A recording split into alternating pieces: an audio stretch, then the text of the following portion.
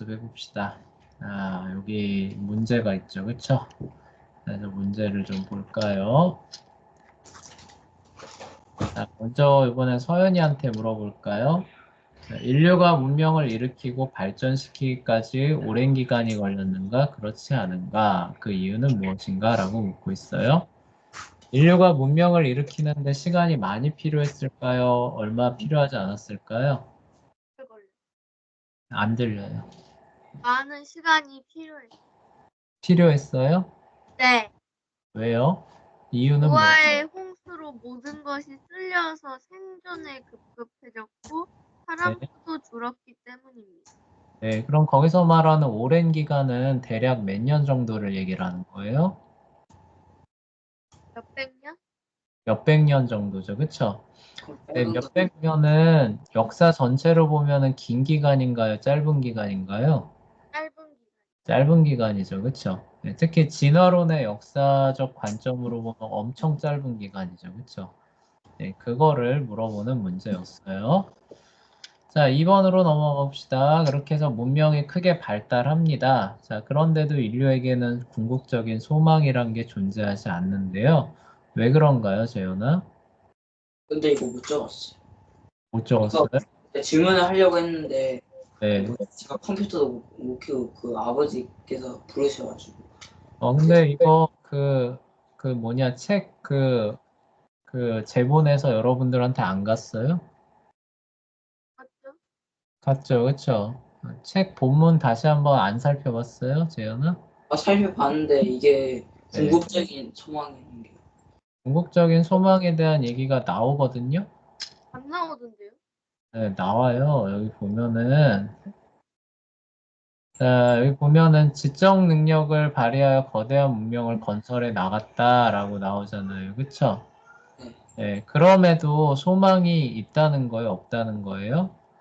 인류의 죄와 악함은 계속 심각해져서, 그쵸? 함부로 죽이고 조롱하는 이런 사람들이 나타나고, 그쵸? 근데 궁극적인 소망이 뭐예요? 그러니까 그렇게 문명이 발달하는데 그 문명이 인류에게 최종적인 소망과 또 존재의 의의들 이런 것들을 제공해 줬느냐 이런 얘기잖아요. 무슨 얘기인지 이해 안 돼요? 문해력에 네, 아직 그거를 충분히 잘 못 쫓아온 것 같네요. 그쵸? 그래서 여기서 이제 물어보는 거는 뭐예요?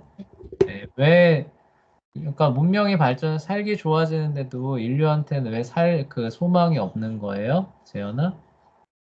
하나님을 거역해서 그쵸. 인간의 죄잖아요. 그쵸. 인간의 죄악이 그만큼 더 어때요? 심각해지죠. 그쵸. 네, 살기 어려웠을 때는 사람이 죄를 덜 질까요? 더 질까요? 덜 짓죠. 네, 아이러니하게도 사람이 살기 힘들면은 죄를 덜 짓습니다. 네, 근데 사람이 살기 좋아지면 어때요? 그만큼 죄를 더 더 많이 쉽고 편하게 짓죠. 그쵸? 그래서 더 악하고 엄청난 일들이 벌어져요. 그렇기 때문에 문명 발전이라고 하는 거는 인류에게 소망이 될 수는 없다. 편안한 그런 것들을 제공해 주지만 그게 사람을 구원해 주지는 않는다. 그런 얘기죠.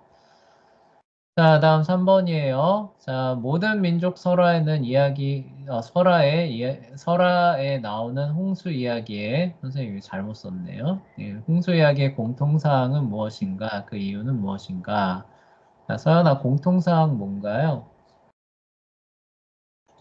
절대자가 인류에게 분노하여서 물로 세상을 쓸었으나 배에 탄 사람은 살았다는 이야기인데 그쵸, 예. 참 재밌게도 진노에서, 그쵸? 심판하는데 꼭 물로, 그쵸? 세상을 쓸어버려요. 근데 또 거기서 배를 타고 살아남죠. 그쵸? 그런 이야기들이 모든 민족들의 설화에 전해집니다. 자, 그 이유가 뭐라고 우리는 이해하죠? 노아 이야기가 입으로 전해 내려오면서 네, 그쵸. 노아 이야기는 왜 입으로 계속 전해졌어요? 노아가 말하니까요. 그쵸. 예, 그들이 노아의 후손이기 때문이죠. 그쵸. 예를 들어서 노아의 후손이 아닌 사람들한테는 이 이야기가 안전해질 거 아니에요. 그쵸? 네. 왜냐면 온 인류에 있는 온 인류의 모든 조상이 노아의 후손이기 때문에 이런 공통 분모가 존재한다라고 얘기를 했었고요. 자, 사람들이 모여 살지 않고 전지구상으로 퍼져나가는 일은 왜 일어났나요, 재현아? 음, 사람들이 네? 하나님을 배척하여 네? 바벨탑을 쌓자 하나님께서 자기들끼리 뭉치다가 멸망할까봐 언어를 흩으셨어요. 네, 맞아요. 그쵸? 바벨탑 사건으로 언어가 혼잡하게 돼서 퍼져나가게 되는 거죠. 그쵸? 자, 그리고 부가적으로 진화론적으로 보면은 사람이 모여 사는 게 유리할까요? 퍼져 사는 게 유리할까요? 모여 사는 게 모여 사는 게 훨씬 유리하죠. 그쵸? 근데 실제 역사는 예를 들어서 진화론적으로 세상이 돌아간다 그러면은 사람들이 이렇게 전 지구상으로 퍼져나가는 현상은 있어야 되나요? 없어야 되나요? 없어야 써야 되죠. 되죠. 그렇죠? 그런데 실제로 일어났다는 거예요. 그런 부분들이 진화론의 또 허구성을 얘기를 할 때 얘기를 해줍니다. 그리고 모여 살면 좋은 인구가 왜 굳이 퍼져나갔어야만 되느냐라는 그 이유에 대해서 역사적으로 그거를 설명해 줄 수 있는 사건이 없거든요. 없는데 성경은 유일하게 얘기를 해줍니다. 바벨탑 사건으로, 그쵸? 언어가 혼잡하게 되어서 그렇다라는 얘기를 해주는 거죠. 자, 구석기, 신석기 유물들 수백만 년의 연대 말해줍니까? 그렇지 않나요? 그 이유는 무엇입니까? 이거 서연이죠? 서연아. 자, 그런가요? 그렇지 않은가요? 말해주지 않아요. 네, 그렇죠. 이유가 뭐예요? 역사가들은 이런 것들을 몇백, 몇만 년 전의 일로 잘못 보고 이런 유물들은 문명을 복구할 때만 사용했기 때문에 네, 그렇죠. 맞아요. 그 이유가 무엇인가라고 했을 때 사람의 지능이 발전한 게 아니죠. 그쵸? 그렇기 때문에 수백만 년의 연대가 아니고요. 그 얘기는 뭐냐면은 이제 황폐해진, 노아홍수로 황폐해진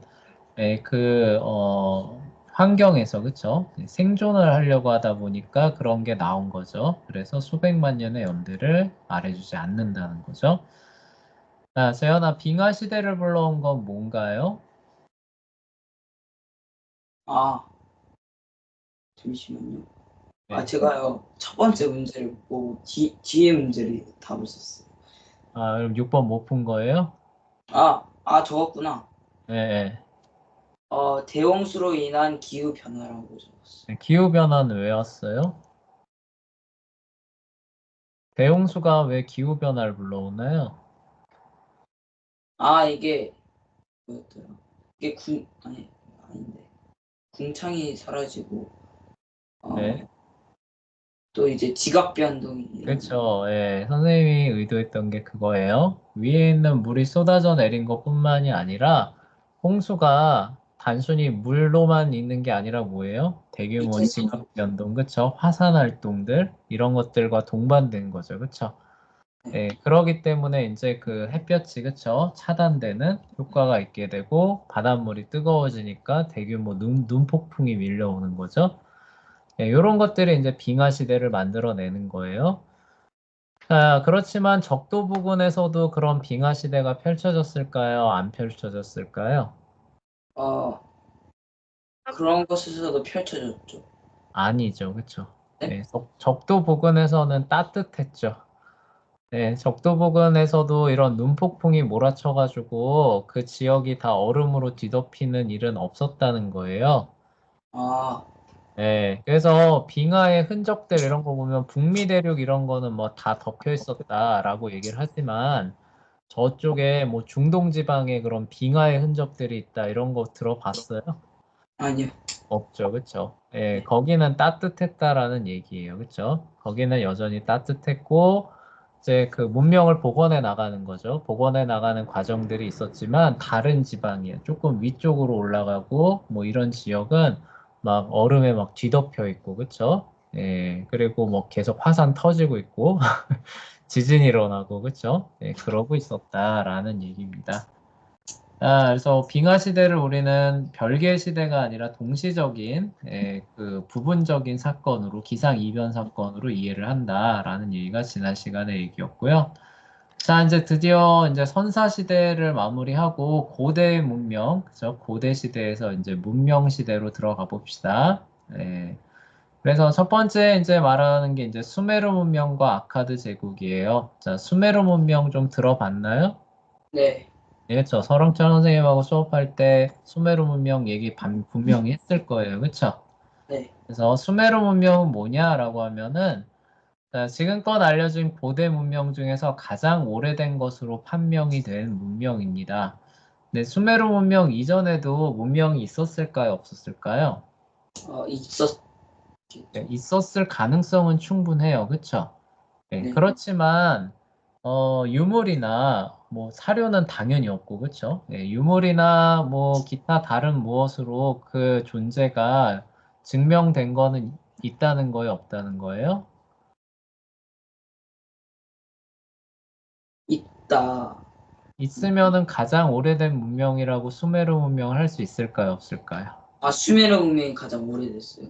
네, 그러니까 왜 가장 오래됐냐고 하냐면은 그 수메르 문명보다도 더 오래된 문명이 있을 가능성은 있죠, 그렇죠? 네. 네, 그렇지만 다른 역사 자료, 우리가 자료 얘기했을 때 성경이나 1차 사료나 고고학 자료 얘기하잖아요, 그렇죠? 네. 네, 그 세 가지 자료에 의해서 존재가 확인될 수 있는 문명은 수메르 문명 이전의 문명이라는 건 있다는 거예요, 없다는 거예요? 없다. 없다는 거죠, 그렇죠? 자, 그렇지만 나중에 고고학이 더 발달을 해가지고 자료들을 찾아낸 거예요. 네. 그래서 그 수메르 문명보다 더 오래된 문명을 발견할 수 있는 가능성은 있을까요, 없을까요? 어, 그래도 그래도 나중에 것 과학이 같아요? 발전되면 네, 더 발전되는. 네. 네, 나올 수도 있죠. 그렇죠? 예, 나올 수도 있는데 가능성이 그렇게 많지는 않아요. 예. 왜냐하면 그것도 뭐 나중에 얘기를 해줄게요. 나중에 해줄 텐데 네, 지금까지 이해한 바로는 이제 그 홍수 이후에 이제 그 아라라산 주변에서 막 번성하잖아요. 그렇죠? 예, 네. 그 번성한 사람들이 처음으로 일궈낸 문명으로 이제 우리가 이해를 하거든요. 수메르 문명을. 네, 그렇기 때문에 수메르 문명보다 더 앞선 문명의 존재는 아마 이렇게 발견하기 쉽지는 않을 거다. 이제 이렇게 이해를 하게 돼요. 자, 그래서 홍수 이후에 사람들은 빠르게 문명을 재건해 나갑니다. 이게 이제 중요한 거예요. 예, 그 전 진화론처럼 문명을 재건해 나가는데 뭐 수백만 년 이렇게 걸린 거 아닙니다. 그래서 기껏해야 몇백 년 정도면은 홍수 이후에 몇백 년, 왜 이렇게 말이 꼬이냐. 예, 몇백 년 정도면은 이제 최초의 고대 문명이죠. 홍수 이후에 최초의 고대 문명이 출현한 것으로 이제 여겨집니다. 자, 바벨탑 사건은 그 전지구적인 이주를 촉진해서 문명이 빠르게 전 세계로 퍼져나가게 됩니다. 그런 과정에서 기후 조건이 좋고 물자가 풍족한 강변에서 우리가 알고 있는 거대한 고대 문명이 나타나기 시작합니다. 그러니까 그쵸. 바벨탑 이주 이후에 이제 우리가 나타난 첫 번째 고대 문명으로 수메르 문명을 이야기를 하게 돼요. 그 중에서 가장 오래된 문명으로 알려진 것이 바로 수메르 문명인데요. 어디냐면은 이제 중동이에요. 중동의 비옥한 초승달 지대의 동남쪽이라고 하는데, 비옥한 초승달 지대가 어딘지 아나요, 여러분? 그 초승달 모양으로 그때 배웠었는데. 네, 저 초승달 모양이죠. 여기에 흐르는 두 개의 유명한 강이 있습니다. 유프라테스강. 네, 그렇죠. 티그리스와 유프라테스 강이에요. 그렇죠? 네, 성경에. 거기 그 두 강을 중심으로 그 두 강이 이렇게 흐르잖아요. 그렇죠? 네. 네, 그래서 요 지대, 그래서 비옥한 초승달 지대라고 얘기를 해요. 네, 오늘날의 아마 이라크 지역이라고 이제 얘기를 하게 되는데, 그 지역에서 나타난 최초의 고대 문명이에요. 최초의 고대 문명이 이제 수메르 문명이라고 합니다. 그리고 왜 최초라고 또 얘기하냐면은 밑에도 나오지만 문자가 발견이 돼요. 그러니까 우리가 저번에 얘기했을 때 역사 시대와 선사 시대를 나누는 기준이 뭐라 그랬어요? 기록. 글자라고 얘기를 했잖아요. 그쵸? 글자 기록. 근데 비로소 글자 기록이 존재했다는 것이 유물로서 발견되는 첫 문명이 어느 문명이라는 거예요? 수메르 문명. 수메르 문명이죠. 그쵸? 그 이전에도 있을 수는 있지만 남아있지는 않은 거예요. 발견되지 않았거나. 그래서 수메르 문명을 가장 첫 번째 고대 문명이라고 얘기를 합니다. 그리고 수메르 문명이라고 했을 때 어떤 의미가 있냐면은 그 문명권 전체가 하나의 나라로 이루어졌다라고 생각하면 될까요? 안 될까요? 안 돼요. 안 돼요. 그쵸? 수메르 문명이라고 하는 거는 그냥 큰 덩어리입니다. 그러니까 예를 들어서 뭐라고 생각하면 돼요? 우리가 어쨌든 동아시아를, 동북아시아를 중화 문명권이라고 불렀잖아요. 옛날부터. 그래서 네. 중국 문명의 영향 아래 들어있는 그 세력권이다라고 생각했지만 거기엔 중국만 있는 게 아니죠. 그쵸? 우리나라도 있고 일본도 있고 뭐 동남아시아 베트남도 있고 이런 거 하나로 묶는 거잖아요. 그쵸? 수메르 문명이라고 했을 때는 독립적인 도시국가가 굉장히 많아요. 그래서 한 100몇 개 뭐 이렇게 된다는 거로 기억을 하는데 하여간 그 전체 도시국가를 지칭하는 말로써 이제 우리가 이해를 합니다.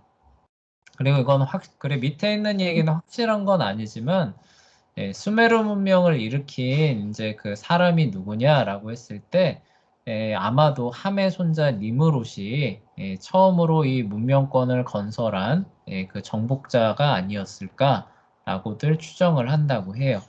성경에 보면은 이제 하나님 앞에서 뭐 힘센 사냥꾼이다, 뭐 이제 니무롯 이렇게 나오잖아요.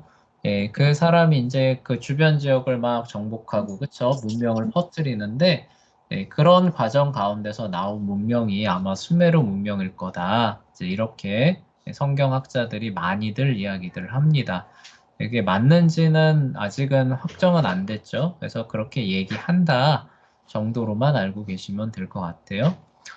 그래서 요약하면 이거예요. 그러니까 처음 나타난 고대 문명, 홍수 이후에 처음 나타난 고대 문명은 수메르 문명이고 어디에서냐 하면은 유프라테스 티그리스 강의 비옥한 초승달 지대 그리고 거기에서 하나의 나라가 아니라 수많은 도시 국가들이 그쵸 자생적으로 발달하고 나타나고 있었다 이런 얘기가 될 것 같고요.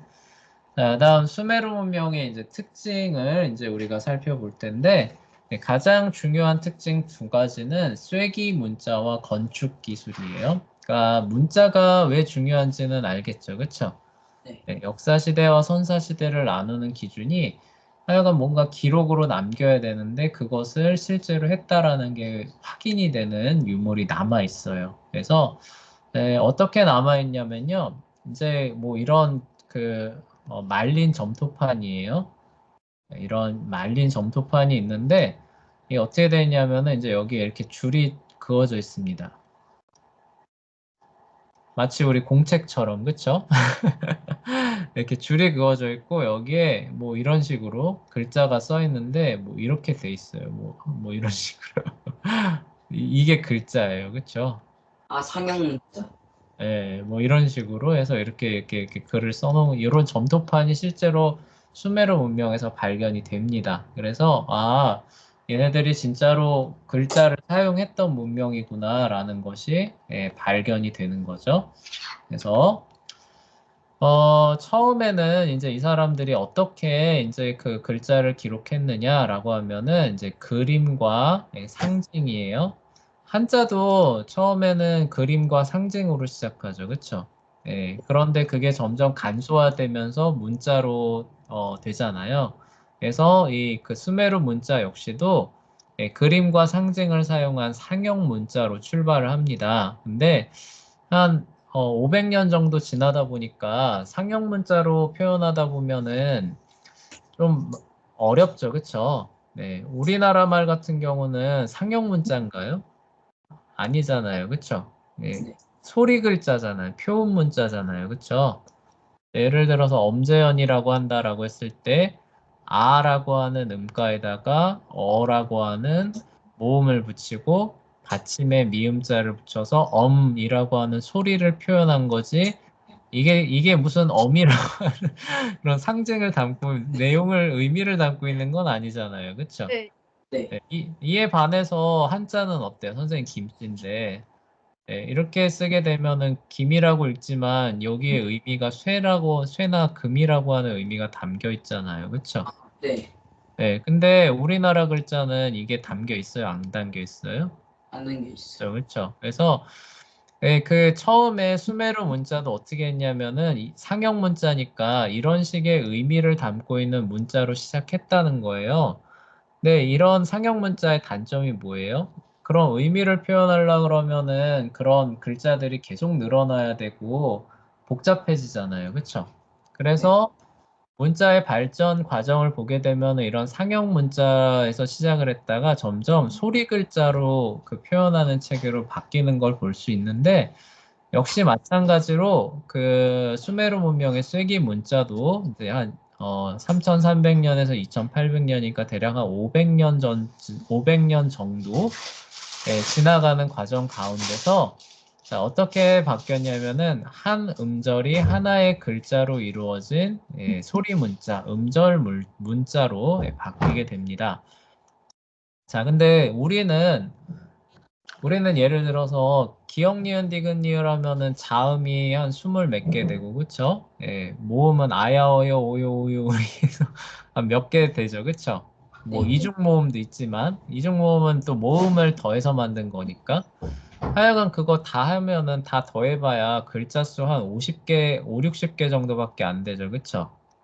네. 이 5, 60개를 조합해서 수도 없이 많은 소리들을 표현해내잖아요, 그쵸? 요게 이제 우리가 알고 있는 한글 체계고, 그 한글 체계의 그 간소함이죠. 그쵸? 그런 것들을 이제 알 수 있는데, 얘네들은 이렇게 표현하는 게 아니라 어떻게 했다는 거예요?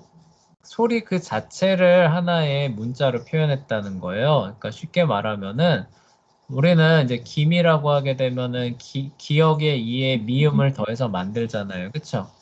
네. 얘네는 이게 하나의 문자인 거예요. 아, 이해돼요? 그러니까 문자표 하게 되면은 이런 표가 몇 개 있는 거예요? 600개 있는 거예요. 그래서 600개를 외워야 되는 거예요. 네, 그 안에서 이제 그 표현을 대략적인 표현을 하게 되는 거예요. 그러니까 얘네들은 서울이라는 글자를 우리처럼 시옷의 어에 우에 이응의 우에 리을을 더해서 만드는 게 아니라 뭐예요? 이거 한 글자, 이거 한 글자 이렇게 해서 만들었다는 거죠. 그렇죠? 네. 이해돼요? 네. 그래서 대략 600개의 소리를 그 표현할 수 있는 음절표를 만들어서 사용하는 모습을 보여주는데요. 이게 왜 쐐기 문자라고 불리냐면은 쐐기가 뭔지 알아요, 재현아? 아니요. 쐐기가 들어봤어요. 쐐기가 이렇게 해가지고 말뚝 같은 거예요. 쉽게 말해 말뚝 같은 거거든요. 근데 만약에 이 땅에다가 말뚝을 박아놨다가 뽑으면은 어떻게 보여요? 공포파였죠. 땅에 이렇게 보면 여기가 이렇게 쑥 들어가 있을 거 아니야. 말뚝 들어가 있는 자리가. 그쵸? 네. 들어갔었던 자리가. 근데 얘네들이 이걸 만들 때 아까 말했듯이 이렇게 해가지고 이제 하는데 이 진흙 굳기 전이에요. 진흙인데 어떻게 하냐면은 여기에다가 이제 뭐 젓가락 같은 거, 뭐 젓가락은 아니지만 갈대 같은 거에 스타일러스라고 하는데 이제 그 여러분들이 이해하기 쉽게 젓가락으로 표현할게요. 젓가락 같은 걸로 이제 이걸 이렇게 푹 꽂아서 긋는 거예요.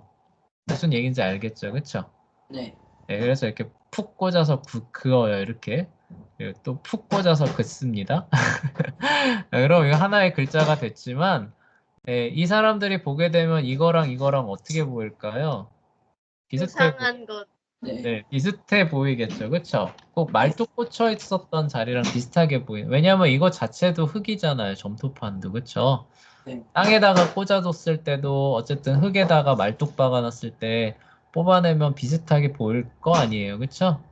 네, 네. 그래서 이제 이거를 우리가 쐐기 문자, 마치 꼭 쐐기를 사용한 그 흔적처럼 보인다라고 해서 쐐기 문자, 혹은 이제 설형 문자라고도 부른다고도 해요.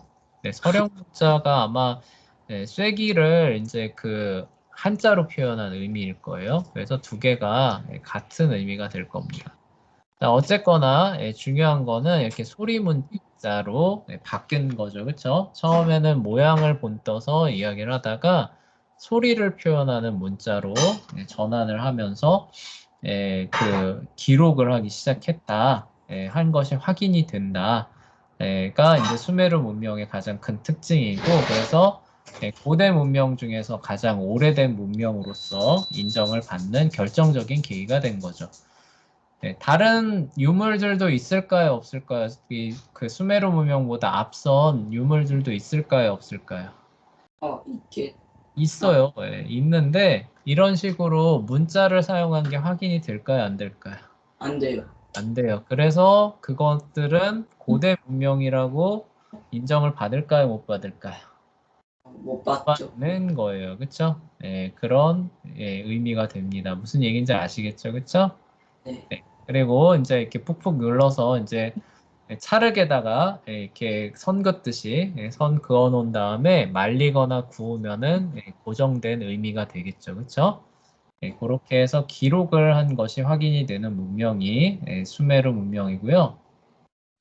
그리고 수메르 문명 하면은 또 우리가 기억해야 되는 게 건축 기술이 엄청나게 뛰어났다라는 것을 우리가 기억해야 됩니다. 그냥 뛰어난 수준이 아니라요. 엄청나게 뛰어났는데요. 그 여러분들 그 옛날 상가 건물 가보면은 지붕을 이렇게 떠받치기 위해서 중간중간에 이렇게 기둥 세워 놓잖아요. 그쵸? 네. 예. 그러니까 만약에 뭐 예를 들어 앞에 누가 설교한다 그러면은 기둥에 가려가지고 목사님 안 보이고 이런 일들 종종 보죠. 그쵸? 우리 교회도 그래요. 그쵸? 예. 지금 건축물도 그렇게 할 수밖에 없는 거잖아요. 그쵸? 네. 근데 얘네들은 BC 3000년 전이거든요. BC 3000년 사람인데 건물을 어떻게 지었냐면은 돔 형태의 건물을 지었어요. 이게 무슨 얘기냐면은 중간에 그런 기둥이 있다는 걸까 없다는 걸까요? 없다는. 없어요. 그쵸? 그 야구장 돔구장 아시죠? 그쵸? 네. 예, 야구장에 돔구장이라고 했을 때 그 돔 지붕을 떠받치기 위해서 운동장 한가운데로 기둥 이렇게 세우면 야구할 수 있어요, 없어요? 없잖아요. 그쵸? 네. 네, 그러니까 그 지붕을, 그쵸? 지붕 무게를 이제 받칠 수 있는, 기둥 없이 받칠 수 있게 하는 그런 기술인데, 그런 구조를 수학적으로 다 계산해가지고 활용을 할 수 있을 만큼의 그런 기술과 지식을 갖추고 있어야 할 수 있는 거거든요. 대단한 거죠. 그쵸? 근데 그런 것들을 이 사람들은 어떻게 이미 했다? 3000년 전에 이미 했다라는 그런 얘기예요. 그리고 이러한 이제 그 기술을 활용해서 이제 지구라트라고 하는 거를 만드는데요. 이게 뭐냐면요. 그 신전탑이에요. 신전탑. 그러니까 어떤 의미가 있냐면은 이제 거기에 이제 그 제사를 드릴 때, 그러니까 그들이 이제 신에게 제사를 드리려고 하는 거예요. 그럼 어떻게 되냐면은 이 신전탑 꼭대기로 이제 그 제물을 갖고 올라갑니다. 그럼 거기에서 이제 그 제사를 드리면서, 그쵸? 그들의 신에게 경배하기 위해서 지은 탑이 지구라트인데요. 이 지구라트가 이제 형태나 이런 모든 것들이 피라미드하고 많이 비슷하다고 해요. 그래서 그 이집트 사람들이 이제 그 수메르 문명의 영향을 받아서 이제 피라미드를 만들고 그 피라미드가 이제 그런 어떤 종교적인 그쵸? 의미가 있는 것으로 이제 얘기를 하게 되는데 이제 같은 맥락에 있다라고 이제 얘기를 하게 되죠. 근데 피라미드가 정확히 무슨 용도였는가라는 거는 아직도 사실 미스터리기는 하다고 해요. 그거 알고 있어요? 우리가 네. 흔히 피라미드 하면 무덤으로 알고 있잖아요. 그쵸? 네. 근데 여기가 정말 무덤이었냐라고 하는 것도 아직은 정확하게 밝혀지지는 않았다고 합니다. 그래서 대충 이렇게 봤을 때, 그래도 무덤인 게 가장 유력하지 않겠느냐 정도만 알고 있는 거거든요. 그래서 네, 아직까지도 피라미드의 정확한 용도는 그, 어, 그 물음표가 아직까지는 붙어 있다고는 해요. 자, 어쨌거나 지금 그게 중요한 게 아니라, 계단식 신전탑을, 그쵸, 지었다라는 얘기인데, 그러면 이런 놀라운 기술들이 도대체 어떻게 이 사람들이 갖게 되었느냐라고 하게 되었을 때, 바벨탑의 형태를 본떠서 만드는 것이다라는 것이죠. 그래서 바벨탑 사건 때 그쵸 이미 축적된 그런 기술들, 지식들 이런 것들이 어떻게 되는 거예요? 후대로 전승되고 더 발전하면서 그쵸? 네, 이런 지구라트, 피라미드 이런 거대한 건축물들을 지을 수 있는 그 형태로 그 전승이 되었다라고 얘기를 하고 있는 거죠. 네, 그리고 이제 복잡한 하수도 체계를 만들어서 운영을 했다고 해요. 그 배관을 뭘로 만드느냐? 여기서 만드는 그 뭐냐 이거 있잖아요. 이거 흙 있잖아요. 그쵸? 흙을 이제 이렇게 구워가지고 거대한 배관을 만들고 그리고 그 배관 잘 만들어야겠죠. 그쵸? 만약에 아다리가 안 맞아요. 그럼 어떻게 될까요? 거기에 물 흘려보내면 어떻게 될까요? 어, 네, 다 새겠죠. 그쵸? 네. 네. 하수도 물이 새면 어떻게 될까요? 그러면 물의 공급을 못 받죠. 아니, 그건 상수도고. 아, 그런가? 예, 하수도. 하수도는 우리가 쓴 물을 흘려보내는 거잖아요. 아, 그럼 즉, 그 똥물이 그러면 네, 중간에 그렇죠. 흙물이 다 새는 거잖아요. 네, 그러면 하수도를 운영하는 의미가 있을까요? 없을까요? 없죠.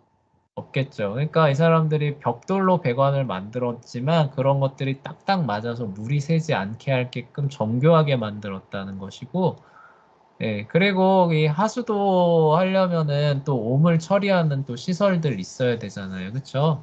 네. 그런 것들까지도 같이 운영했다라는 걸 알 수 있죠. 자, 우리 그 조선시대죠. 그쵸? 선생님, 어렸을 때만 해도 시골에 가면은 시궁창이라고 있었거든요.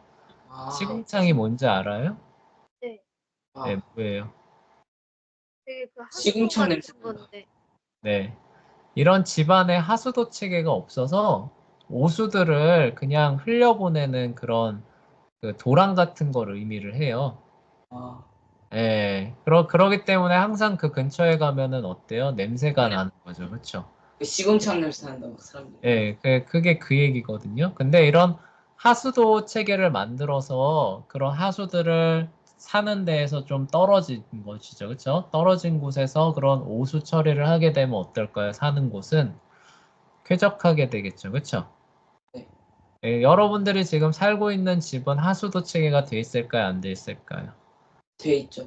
돼 있죠. 그래서 여러분들 나가서 화장실에서 그냥 쭉 누르면 어때요? 그냥 안녕 이렇게 되는 거잖아요. 그쵸?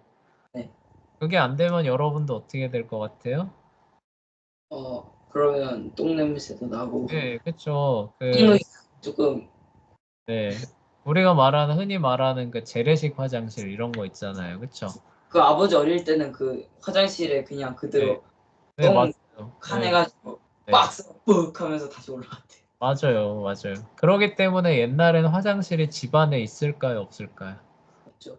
있을 수가 없어요. 집안에다가 그런 식의 화장실 두게 되면은 사람이 못 살잖아요. 그쵸? 네. 그래서 항상 집 멀리 나가서 있거든요. 그래서 옛날에 그 화장실 가려면은 뭐부터 챙겨야 돼요? 그, 프레쉬부터 챙겨야 아, 돼. 그리고 가서 일 보다가 후레쉬 떨어뜨리면 어떻게 될까요? 이제 큰일 나는 거예요. 그쵸? 하여간 그런 모든 일들을 일거에 제거해 주는 게 이 하수도 체계인데 이미 어때요? BC 3000년이에요. 그쵸? 지금으로부터 5000년 전에 사람들이 이런 것들을 운영할 수 있을 정도였다. 그러니까 그 수메르 문명이라고 하는 게 뭐 고대 문명이니까 뭐 별 볼 일 없겠지라고 생각하면은 크게 오산이에요. 그쵸? 엄청나게 발달한 그런 문명이었다. 물론 뭐 이 사람들이 플라스틱이나 전기를 쓰진 않았겠죠. 그쵸? 그렇겠지만 엄청난 그쵸? 그 지식과 기술 수준을 자랑하는 그런 문명이었다라는 것들 기억하시면 될 것 같고요.